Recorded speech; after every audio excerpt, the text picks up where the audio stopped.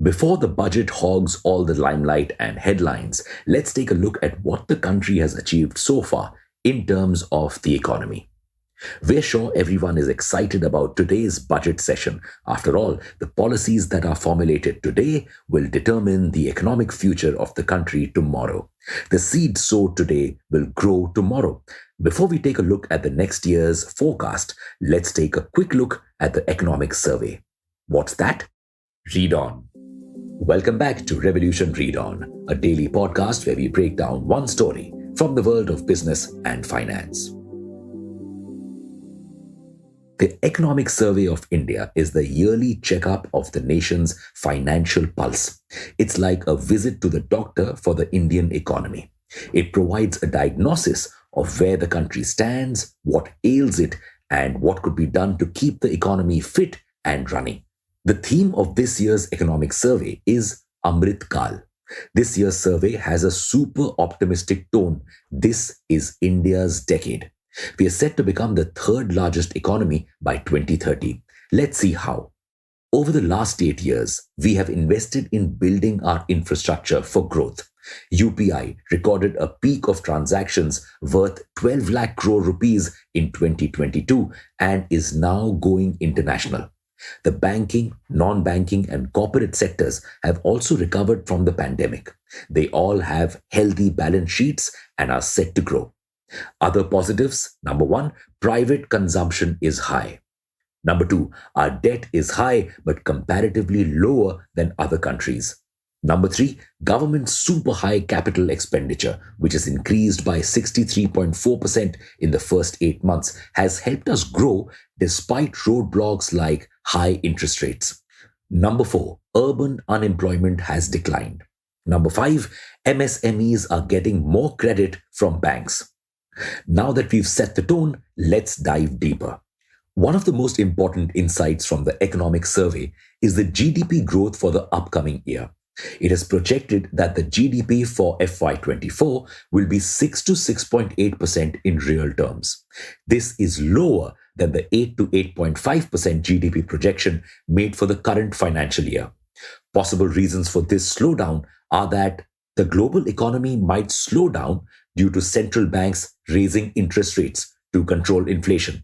However, our chief economic advisor has said that the US is set to narrowly avoid a recession. Super good for us. This global slowdown can be good for us because it will lower commodity prices, which will lower our manufacturing and importing costs. Agriculture. The agricultural sector saw a slight decline in growth from 3.3% in 2020-21 to 3% in 2021-22. However, the government has been working hard to help this space grow.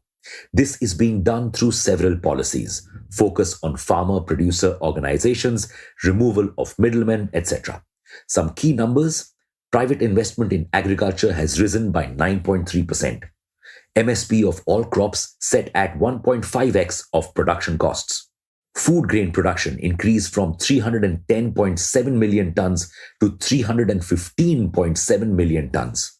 Institutional credit to agricultural sector also grew. Industrial sector. The industrial sector rose 3.7% in the first half of FY23, which is higher than the average growth of 2.8% achieved in the first half of the years of the last decade. The manufacturing sector is also expanding. Services sector. The services sector is expected to grow at 9.1% in FY23 as compared to 8.4% in FY22. With the right focus and investment, India can soon become a service hub for the world. Subsector-wise growth in the service industry. The IT BPM industry saw a YOY growth of 15.5% during FY22 compared to 2.1% growth in FY21. E-commerce industry is set to grow at 18% as the world is going digital. Digital financial services and tourism and hospitality are also going to witness growth. India's fiscal deficit has fallen from 9.2% of the GDP in FY21 to 6.7% in FY22. It is set to further decline to 6.4% in FY23. Revenue expenditure, however, has grown. This is mainly due to an increase in interest rate payments. These payments rose as the dollar's price rose against the rupee. However, the government's tax revenue has also increased and indirect tax revenue is set to keep rising. The export of goods and services in the first 9 months of the financial year, April to December, is up 16% compared to the same period in 2021-22. One area where we've shown significant improvement is electronics exports. Our electronics exports have risen from $4.4 billion in FY19 to $11.6 billion in FY22. However, imports are still pretty high.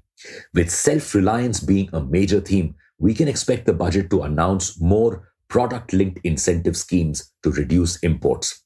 Last year, we finally brought down inflation to acceptable levels, but this year it is again set to reach 6.8%, above RBI's accepted limit of 6%. So we can expect more interest hikes. But how will this impact our consumption? The survey also talked about various government policies and how they've helped India become the third largest economy in terms of purchasing power parity.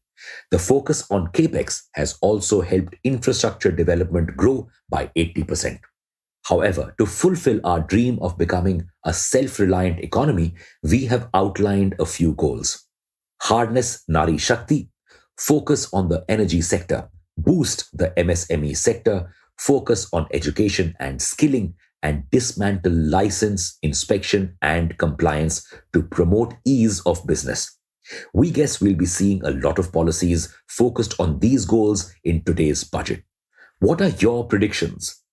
Thank you for listening to this episode. We'll be back with more tomorrow. Until then, read on.